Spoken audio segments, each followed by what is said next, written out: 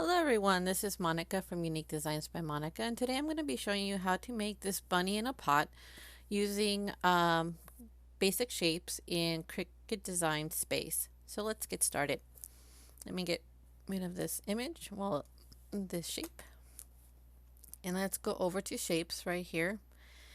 And in order to get the pot design, I am going to be using the polygon tool since it has a very narrow base at the bottom. I'm going to I'm going to actually make this a little bigger. Now, the size that I'm using is just for tutorial purposes. You can resize this in order to make a card or shirts, for cake toppers, anything you really would like to do. So this is going to be the base of my pot. And then I'm going to grab the heart tool. And this is going to be the base of my bunny. And I'm just going to flip it upside down. Now I'm using the grid to know whether or not I am straight. So I want to make the bunny really big. Let me also change the color so you know what I'm working with. This is a terracotta pot right there. Now, in order to make it look more like a pot, I'm going to grab my square. And then I'm just going to make a thin rectangle. Now you can make this as short or as big as you want. Short or as thick, I should say. Now if you want to make sure that's in the middle, highlight everything, go to the align tool, and then center horizontally. Now I still feel that this is a little too long, so let me just make sure it's how I want it. Oop, that just got away from me there. So let me do that again. Align it. All right. I want to change the color of the border right here. There we go. I'm going to set this aside over here. So let's do our bunny. In order to make it more like an actual rabbit or a bunny, I'm going to fill in the gap between the two hearts. So I'm going to grab myself a circle. I'm going to drag it over, unlock it so I can make sure that it has more of a curvature like a belly. Highlight everything and then make sure that I center it horizontally and then weld. There we go. So let's turn our bunny white, or you can make him any color you want. White, brown, yellow, pink. It's really up to you if this is going to be your bunny. So let's do his or her feet. I'll say it's a her. I'll make her feet. I'm going to take it off the lock and then elongate it and then duplicate it. Duplicate it. There we go. And this is going to be her feet. I'm just going to shift them ever so slightly to make it look like her toes. Alright, she's coming along really well. I'm going to highlight both of them and then change them to white. Okay, let's do her tiny little toes. And what I'm going to do is I'm just going to grab 3 circles and make them tiny. So once I have them the size that I want, I'm going to Control C, Control V, so I can copy and paste. And I think these are still too big, so I'm just going to make them a little tinier. And then I'm going to turn them pink. Okay, and I'm just going to spread it to the size that I want, like that. I'm going to highlight these again and then duplicate them. So you can duplicate them either with Control C or Control V, or just by actually clicking into the image. There we go. So far so good. We have almost the bunny completed. Now for its tail. This is where it gets a little intricate.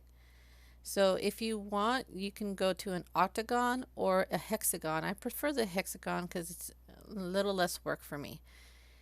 I'm going to grab my circle and I'm going to pick a point of where I want this to go. So I'm going to make it go from point to point, a little more. Okay, maybe just a little more like that. All right. I'm going to drag each and every single one of these until um, I feel where I want these to be. It's not going to be a perfect scallop, but it does give me a reference considering, if you don't have a cartridge or you haven't found the perfect scallop on Cricut, you can actually make your own doing this method. Yes, it's a little time consuming, but at least you made it. Okay.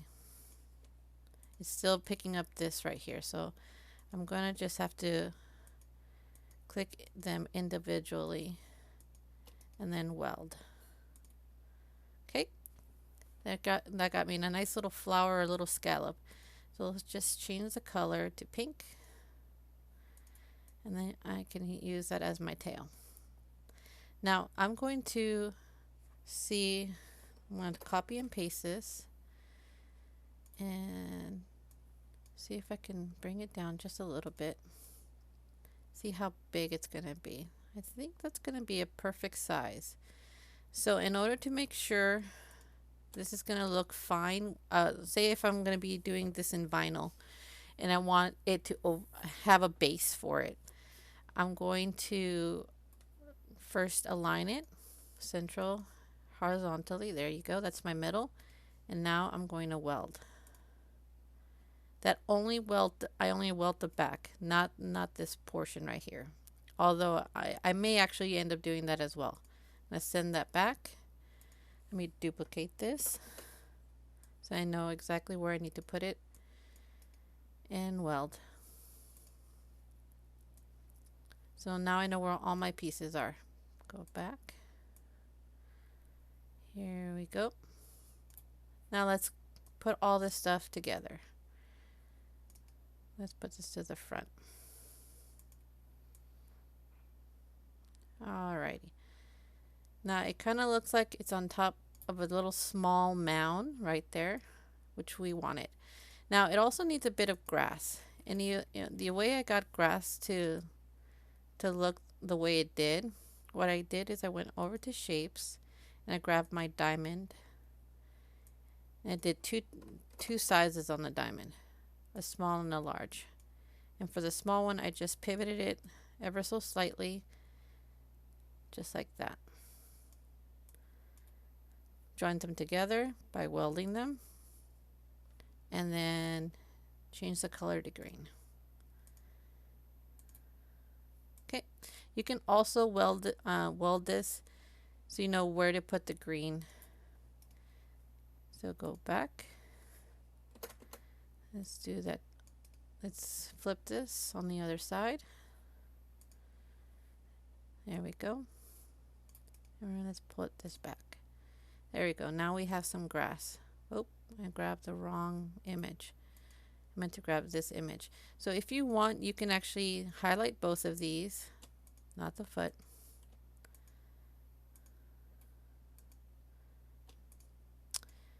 This is the only problem with, there we go.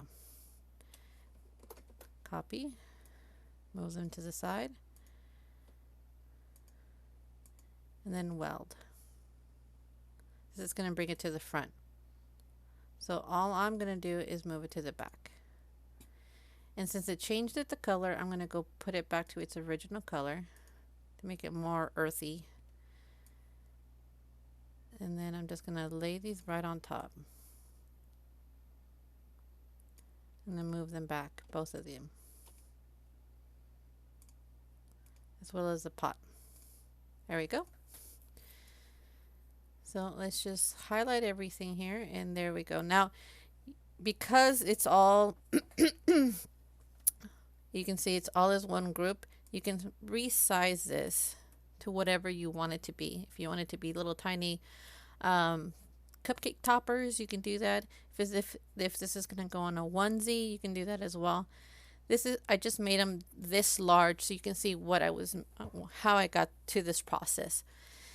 Thank you so much for stopping on by. If you liked what you see, please feel free to leave a like. If you want to actually hit hit the subscribe button. You'll be notified when I post every Saturday and Wednesday, so you don't miss on how to create a new SVG on your Cricut design space. Thank you so much and have a beautiful day.